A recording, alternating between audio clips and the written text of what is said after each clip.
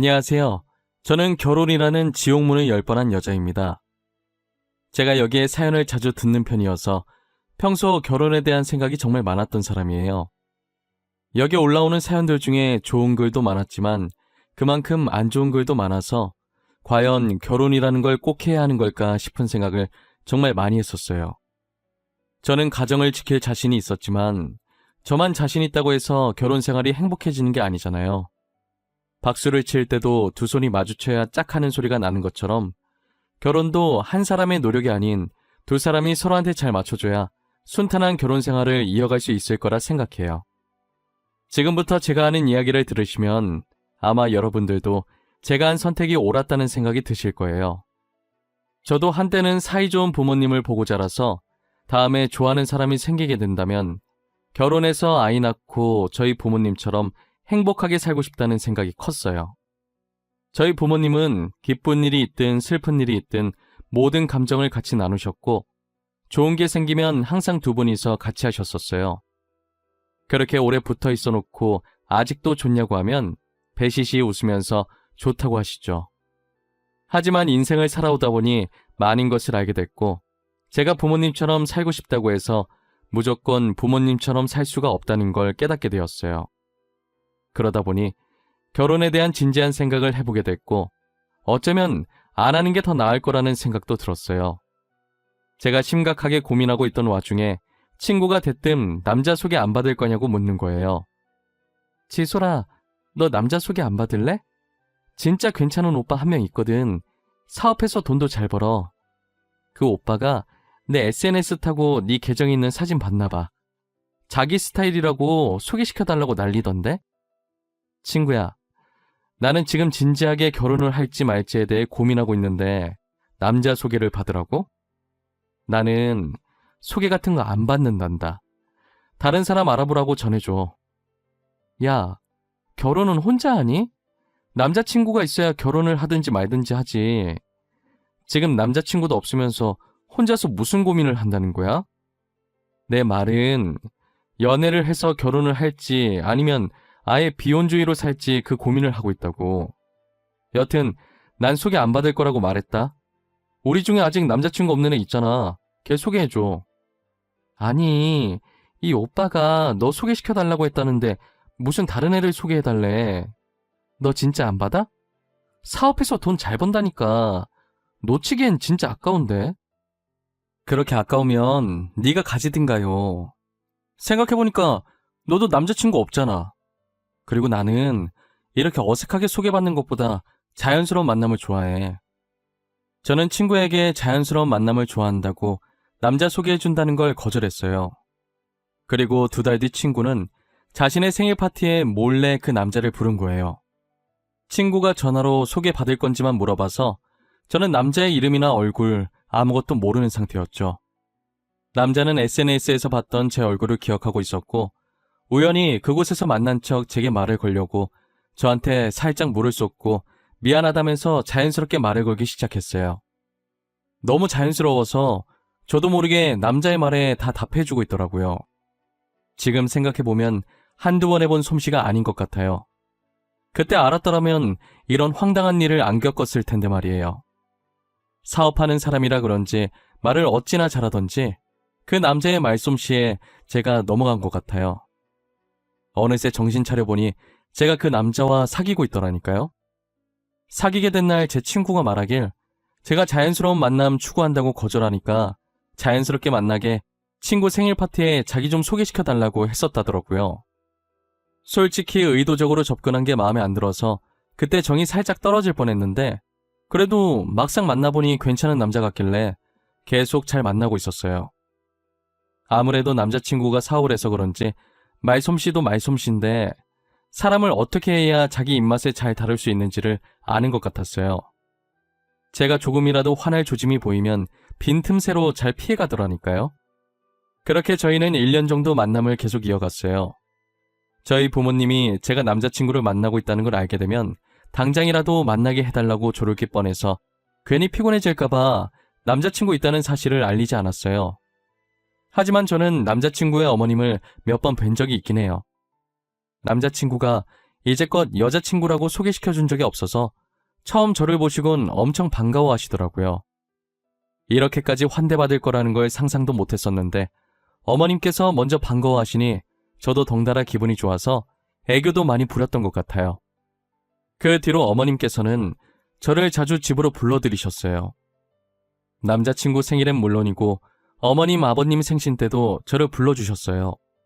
처음엔 생신 때도 저를 불러주실 만큼 이뻐해 주시는 것 같아서 은근 기분이 좋았어요.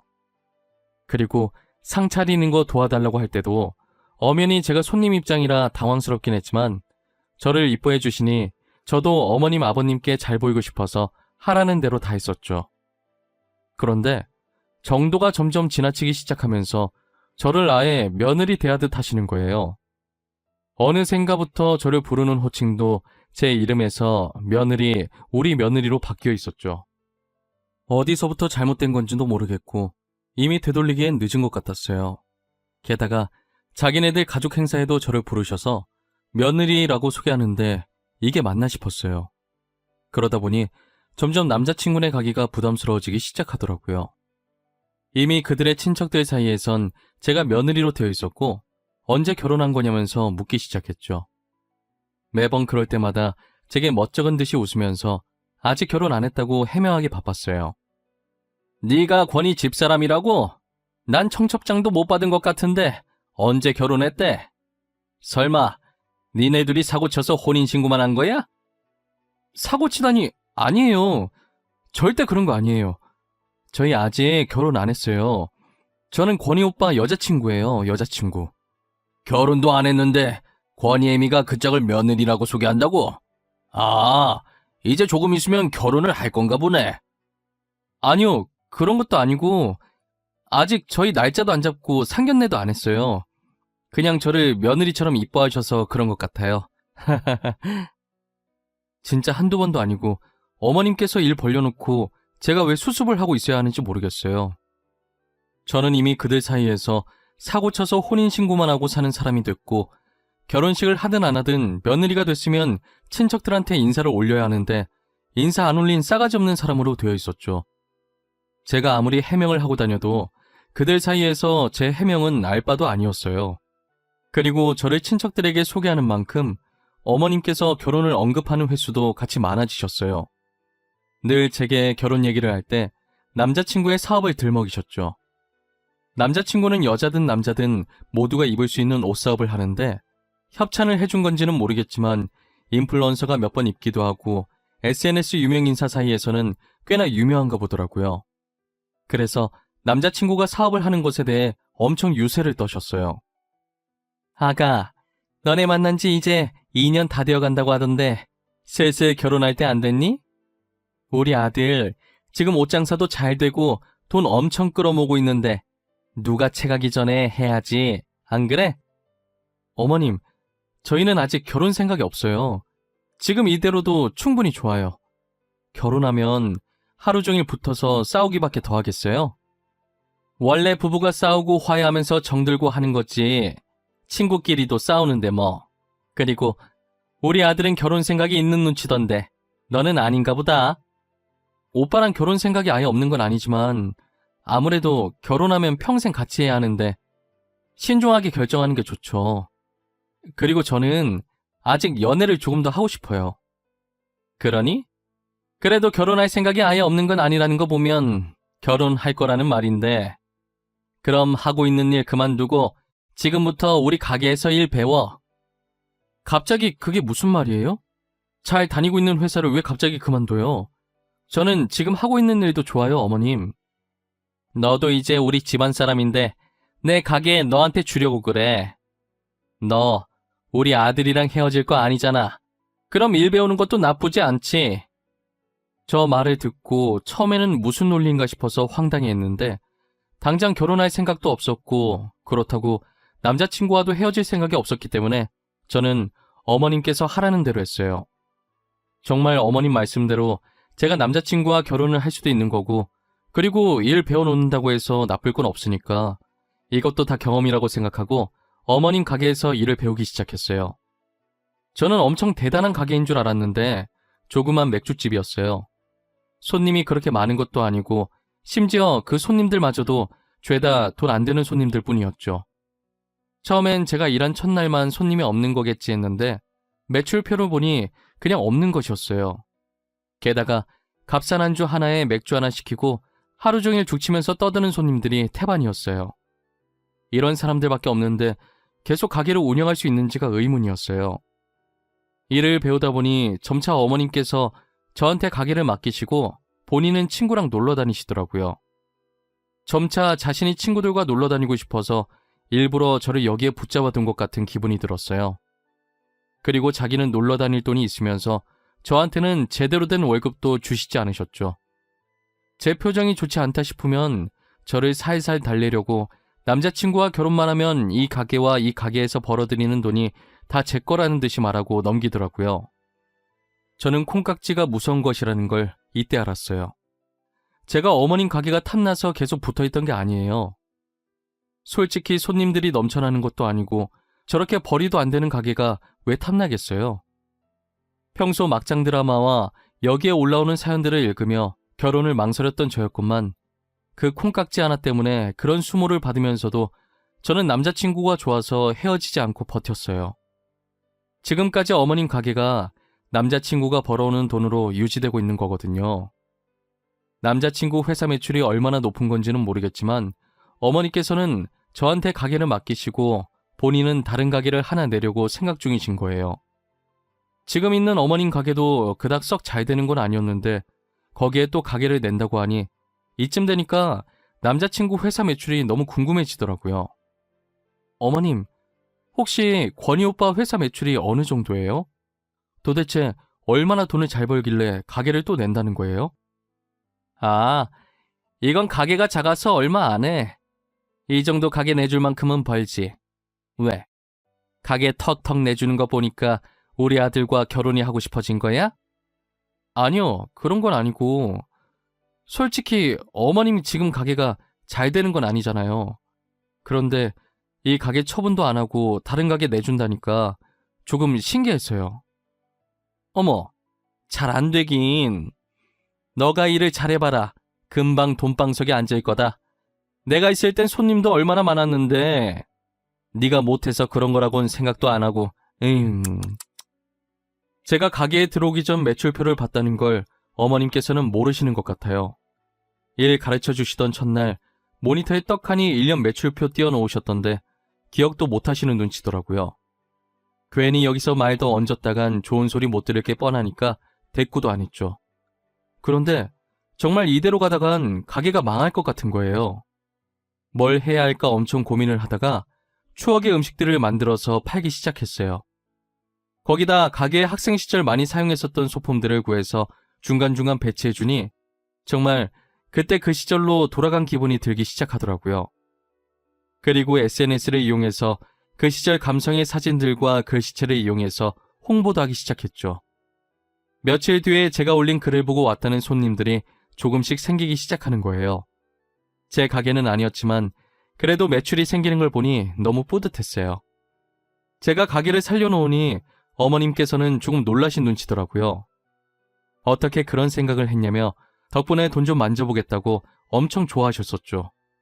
그리고 얼마 지나지 않아 저는 어머님 가게를 살려놓지 말았어야 했다고 후회했어요. 어머님께서는 매출표를 보더니 이것도 다 한철이라고 벌 수 있을 때 벌어야 한다면서 제게 더 새롭고 기발한 아이템을 요구하기 시작했죠. 저는 실망시켜드리고 싶지 않았기 때문에 뭐가 더 있을지 계속 생각하게 되더라고요. 가게 인테리어로 사용했던 소품들이 저희 시대 때 유행했던 소품들이어서 어머님 시대에 유행했던 것들도 어렵게 구해서 배치해놨어요. 그리고 그 시절 자주 먹었던 음식들을 똑같이 만들 순 없지만 최대한 비슷하게 흉내만 냈었죠. 그랬더니 저희 시대는 물론 어머님 시대의 손님들도 많이 찾아주시더라고요. 사람들이 SNS에 저희 가게 다녀간 후기를 작성해 주셔서 다른 지역 손님들도 많이 늘었어요. 그리고 저희와 비슷한 느낌의 가게들도 많이 생겨나기 시작했어요. 어머님은 지금 가게와 완전히 다른 가게 낼 거라고 난리시더니 지금 가게가 잘 되자 언제 그랬냐는 듯이 다른 가게 얘기가 쏙 들어갔더라고요. 어머님이 가끔 가게에 오시긴 하시는데 일을 도와주려고 오신 게 아니라 훈수를 두려고 오신 거예요. 바빠 죽겠는데 도와주지는 못할 망정 저를 쫓아다니면서 하나부터 열까지 다 간섭하시고 자기는 카운터에 있는 돈만 챙겨서 나가더라고요. 힘들게 돈 버는 사람 따로 있고 아무것도 안 하면서 돈만 쓰는 사람이 따로 있었죠. 저도 사람인지라 아무리 남자친구가 좋아도 제가 며느리도 아닌데 이런 대우받으면서 못 살겠더라고요. 혼자서 진지하게 남자친구와 헤어져야 하나 고민하고 있던 참이었어요. 제가 어머님 장단에 다 맞춰주니까 남자친구 자신도 제게 그렇게 해도 된다고 생각했는지 어머님이 제게 행동하듯 막대하기 시작하더라고요. 평소처럼 어머님 가게에서 오픈 준비하고 있는데 남자친구한테 전화가 온 거예요. 지소라, 부탁할 게 있어서 전화했는데 아직 가게 문 안 열었지? 내가 집에서 서류를 안 가지고 나왔더라고. 혹시 가져다 줄 수 있나 해서. 지금 오픈 준비하고 있어서 잠깐 시간 되니까 내가 가져다 줄게. 어떻게 생긴 봉투인데? 그냥 일반 서류 봉투야? 일반 갈색 서류 말고 흰색 서류 봉투 하나 있거든? 작은 거랑 큰 거 2개 있을 거야. 그거 2개 챙겨서 우리 회사로 와줘. 진짜 미안해. 괜찮아. 이거 급한 일이지. 내가 최대한 빨리 갈게. 어디로 갖다 주면 돼? 대표실에 가져다 주면 되는 건가?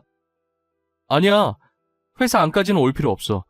다 와가면 그때 전화 줘. 내가 나갈 테니까. 서류 가져다 주는 것도 미안한데 나만 가만히 받고만 있을 순 없지. 그러니까 꼭 전화해. 알겠지? 그렇게 한번 서류를 가져다 주니 제가 마치 자신의 개인 비서라도 되는 양 이것저것 시키는 거예요. 저는 매번 남자친구가 부탁하면 혹시나 일하는데 서류 하나 때문에 무슨 문제라도 생길까 싶어서 잠시 가게 문을 닫아놓고 불이 나게 서류를 가져다 주고 왔었어요. 제가 계속 가져다 주니까 이게 습관이 돼서 이젠 신경 써서 챙길 생각이 없어 보이더라고요. 남자친구한테 제발 서류 같은 것 좀 잘 챙기라고 하면 건성으로 알겠다는 대답만 돌아왔죠. 그러다 한 번은 남자친구가 퇴근하면서 친구들을 데리고 어머님 가게 놀러 온 거예요.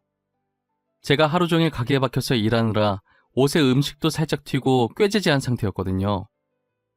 저는 지금 제 모습이 어떤지 생각도 안 쓰고 그저 반가운 마음에 다가갔는데 남자친구는 저를 보고도 살짝 시큰둥한 반응을 보이더라고요. 안 좋은 일이라도 있었나 싶어서 밑반찬을 가져다 주면서 물었어요. 오빠, 회사에서 무슨 일 있었어? 오늘따라 표정이 왜 이렇게 안 좋아? 혹시 계약하기로 했다는 거 잘 안 된 거야? 아무것도 아니야. 별일 없었어. 미안한데 나 물 좀 가져다 줄래? 메뉴는 천천히 골라도 되지. 메뉴판은 어디 있어? 내가 물 금방 가져다 줄게. 그리고 메뉴판은 여기 있어. 메뉴 정하면 벨 누르면 돼. 다른 거 더 필요한 건 없지? 남자친구가 목소리도 다운되어 있었는데 진짜 무슨 일 있는 건지 엄청 걱정되더라고요. 저는 다른 테이블에 호출이 있어서 갔는데 두 귀는 온통 남자친구 테이블 쪽에 집중되어 있었어요.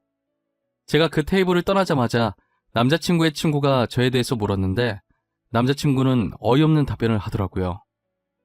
코나, 저분 너랑 되게 친해 보인다. 원래 아는 사이야? 어머님 가게 자주 와서 친해진 건가? 아, 혹시 몇 년째 사귀고 있다는 여자친구? 에이, 설마. 저 사람 그냥 알바생이고 여기서 알바한 지 오래돼서 친해진 것뿐이야. 그리고 나 저런 스타일 안 좋아해, 임마. 네가 제일 잘하잖아, 내 성격. 하긴 너 깔끔한 거 좋아하지? 더러운 거 질색이라고 근처도 안 가잖아. 그래도 자기 엄마 가게 맡아주는 사람이라고 친하게 지내줬네?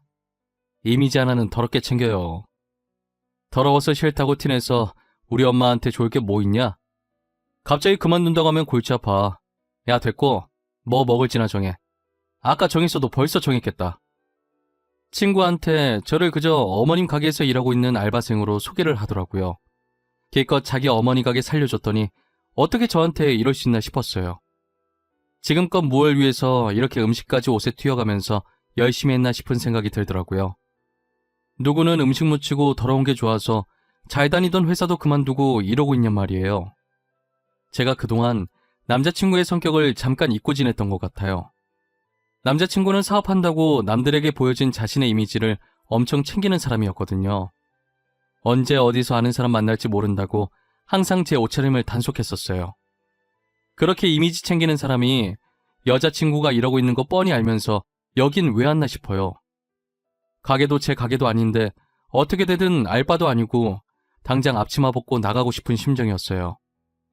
그래도 다른 손님들은 죄가 없으니까 오늘까지만 하고 남자친구랑 헤어질 생각을 하고 있었죠. 남자친구가 메뉴를 정한다고 저를 부르는데 저기요 이러더라고요. 순간 욱해서 들고 있던 행주를 패대기 치고 남자친구가 있는 테이블로 갔어요. 아무렇지 않게 저를 철저히 알바상 취급을 하면서 주문하는데 제 손이 부들부들 떨렸죠. 오늘만 참자. 오늘만 참으면 이제 이 집안이랑은 끝이다 하고 있는 와중에 눈치 없는 남자친구의 친구가 또 제 얘기를 하기 시작하더라고요. 도대체 나이가 몇 살이길래 아직도 번번한 직장 없이 여기서 알바를 하냐면서 여기가 회사 다니는 것보다 시급 세서 붙어있는 거냐면서 비아냥거리는 거예요. 저는 솔직히 자신의 친구가 저를 웃음거리로 만들면 그만하라고 막아줄 줄 알았거든요. 그런데 남자친구는 막을 생각은커녕 웃으면서 친구 말에 맞받아치고 있더라고요. 저도 그 소리를 듣고 있으면서 슬슬 화가 머리끝까지 올라오기 시작했어요. 당사자 앞에서 저렇게 행동하는 건 그냥 저더러 대놓고 들으라고 하는 짓 아니겠어요? 도대체 제가 뭐 때문에 저런 소리를 듣고 있어야 하는지 모르겠더라고요. 잘 다니고 있던 회사도 억지로 그만두게 만든 게 자기 어머니고 다 죽어가는 가게 맡겨놓고 나 몰라라 한 것도 자기 어머니인데 제가 뭘 그렇게 잘못했나요? 그저 남자친구를 좋아하는 마음에 잘 보이고 싶어서 시키는 대로 했고 가게도 살려놨는데 그게 그렇게 잘못한 건가 싶은 생각이 들었어요. 저는 도저히 못 참겠어서 냉장고에 있는 술을 꺼내서 남자친구 테이블로 갔어요. 그리고 술병을 까서 그대로 남자친구 머리 위에 부어버렸죠. 하나 가지고는 성이 안 차서 테이블에 있던 새 술을 또 까서 부었어요. 주변에서 다들 소리 지르고 휴대폰 들어서 찍고 있고 앞에 있던 남자친구의 친구는 놀라서 아무 말도 못하고 입을 벌린 채 떨어지고 있는 술만 쳐다봤어요. 너 지금 이게 뭐하는 짓이야? 미쳤어? 너 미쳤냐고? 그만해. 야, 너 그만 못해? 도대체 왜 이래? 요즘 술값 비싼 거 알지? 너한테 뿌리기도 아까운 술이야. 왜 그러냐고? 그걸 지금 몰라서 물어? 야, 김권. 넌 내가 그렇게 창피했니? 내가 네 여자친구인 게 창피해? 창피해. 너 이러고 있는 꼴 누구한테 소개하기 창피하다고. 그래서 알바생이라고 했다. 왜? 그러면 안 돼? 누구는 좋아서 이 일하니? 어머님께서 하라고 난리를 치시는 통에 회사 그만두고 한 거잖아. 어머님이 나 몰라라 한 가게 내가 살렸어. 더 이상은 못 참아. 결혼도 안 했는데 며느리 짓 하는 거 이제 지겨워.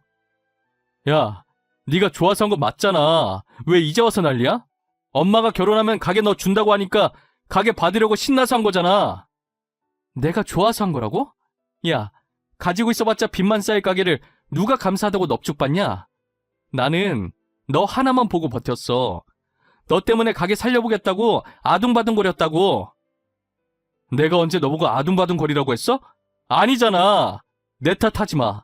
그리고 여기서 일하면서 월급도 받았을 거 아니야. 그럼 됐지, 안 그래? 월급? 너 말 잘했다. 내가 또 월급에 할 말이 많거든. 니네 엄마 맨날 나한테 가게 맡기고 가게에 있는 돈 다 가져가면서 나한테 월급 제대로 준 적 단 한 번도 없어. 그건 알고 있니? 저는 남자친구가 어떻게든 제 탓으로 넘기려고 하길래 이제껏 참아왔던 것들을 다 토해냈어요. 남자친구는 제가 한 말에 어떻게든 맞받아치려고 입을 쉬지 않고 놀리는 거예요. 어차피 CCTV 있어서 매일 내가 출근했다는 거 찍혀있을 것이고 통장에 찍힌 입금 내역 가져가서 월급 제대로 안 준 거 노동청에 고발해버릴 거라고 하니 입을 닫아버리더라고요. 남아있던 정도 다 떨어져서 이제 그만 만나자고 다시는 연락하지 말라고 했죠. 저는 더 이상 남자친구에게 미련이 없었기 때문에 어떻게 살든 관심이 없었어요. 사실 제가 SNS 계정이 있어도 특별한 날 아니면 활동을 잘 안 해서 몰랐었는데 남자친구한테 난리치던 날 누군가 영상을 올려서 어머님 가게가 난리였더라고요. 게다가 사람들끼리 말이 전해지면서 점점 사실이 아닌 이야기도 사실처럼 떠돌고 다니는 거예요. 물론 남자친구네가 나쁜 쪽으로 몰리고 있었던지라 제가 피해볼 건 없으니 잠자코 보고만 있었어요. 그냥 이대로 망해버렸으면 좋겠다는 생각도 했는데 얼마 지나지 않아 제 바람이 이루어지더라고요. 영상이 퍼질 대로 퍼져서 어머니 가게 이미지는 날이 갈수록 떨어지고 그만큼 매출도 바닥을 쳤어요. 며느리도 아니고 언제 헤어질지도 모르는 여자친구를 시댁살이 시켰다면서 다들 가게에 가지 않았죠. 사람들은 저런 집에 누가 시집가고 싶어 하겠냐면서 그만큼 버틴 제가 보살이라고, 그동안 어떻게 참았냐고 자기들이었으면 진작에 헤어졌을 거라더군요. 저도 그런 반응들을 보고 그때를 돌이켜보니 이제껏 어떻게 버텨왔는지 모르겠어요. 어머님께 온갖 일을 당하면서도 남자친구가 좋아서 다 맞춰주며 살다가 남자친구한테 정이 떨어져서야 정신을 차리고 빠져나올 수 있었잖아요. 몸과 마음이 자유로워지니 연애 같은 건 하지 않겠다는 생각과 함께 혼자가 최고라는 걸 뼈저리게 느꼈죠. 저는 다시 회사에 다니고 싶어서 이곳저곳 열심히 이력서를 넣고 있었어요. 면접 보러 오라고 연락 온 곳이 있어서 나가려는 찰나에 아버지께서 서류를 놓고 왔다고 집에 가는 길에 잠시만 들려서 주고 가라는 거예요. 그래서 저는 서류를 챙기고 면접을 본 뒤 바로 아버지 회사로 향했어요.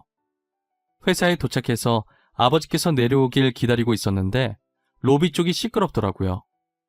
무슨 일인지는 모르겠지만 굉장히 급해 보였고 로비 직원에게 회장님을 만나게 해달라고 난리였죠. 그래서 소리나는 쪽을 무심결에 쳐다봤는데 되게 낯익은 뒤통수 하나가 보이는 거예요. 뒤통수뿐만 아니라 목소리도 전 남자친구와 흡사했어요. 가까이 가보려다가 직원들이 아버지께 인사하는 소리에 다시 몸을 아버지 쪽으로 틀었어요. 그랬더니 로비 앞에 있던 그 사람도 빠른 속도로 아버지께 달려갔죠. 제가 아버지 옆쪽으로 가서 조심스럽게 남자를 봤는데 전 남자친구가 맞는 거예요.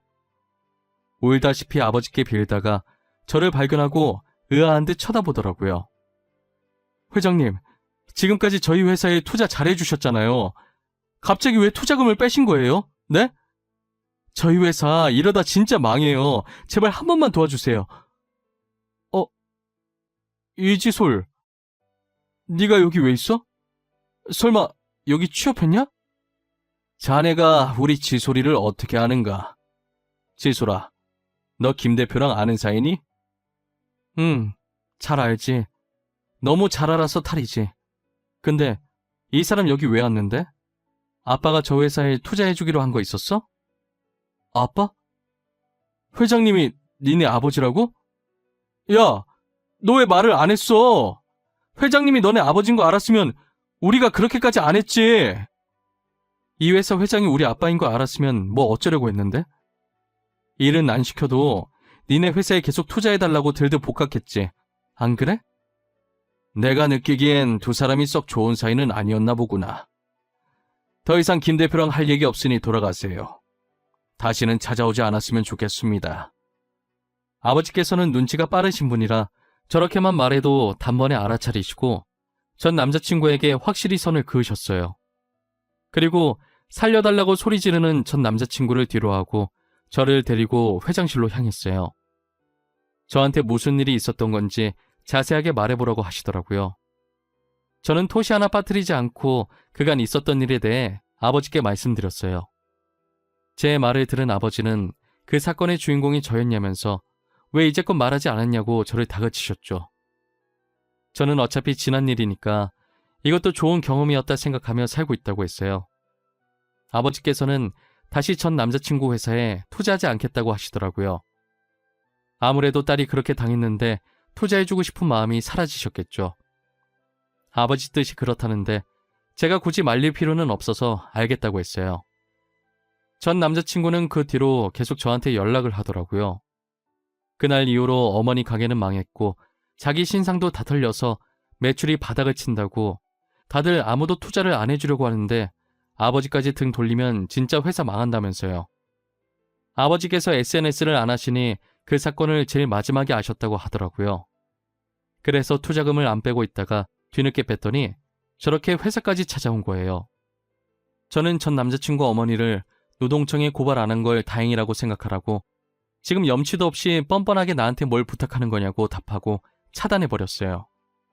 결국엔 전 남자친구는 투자자를 못 구해서 회사가 부도 처리됐죠.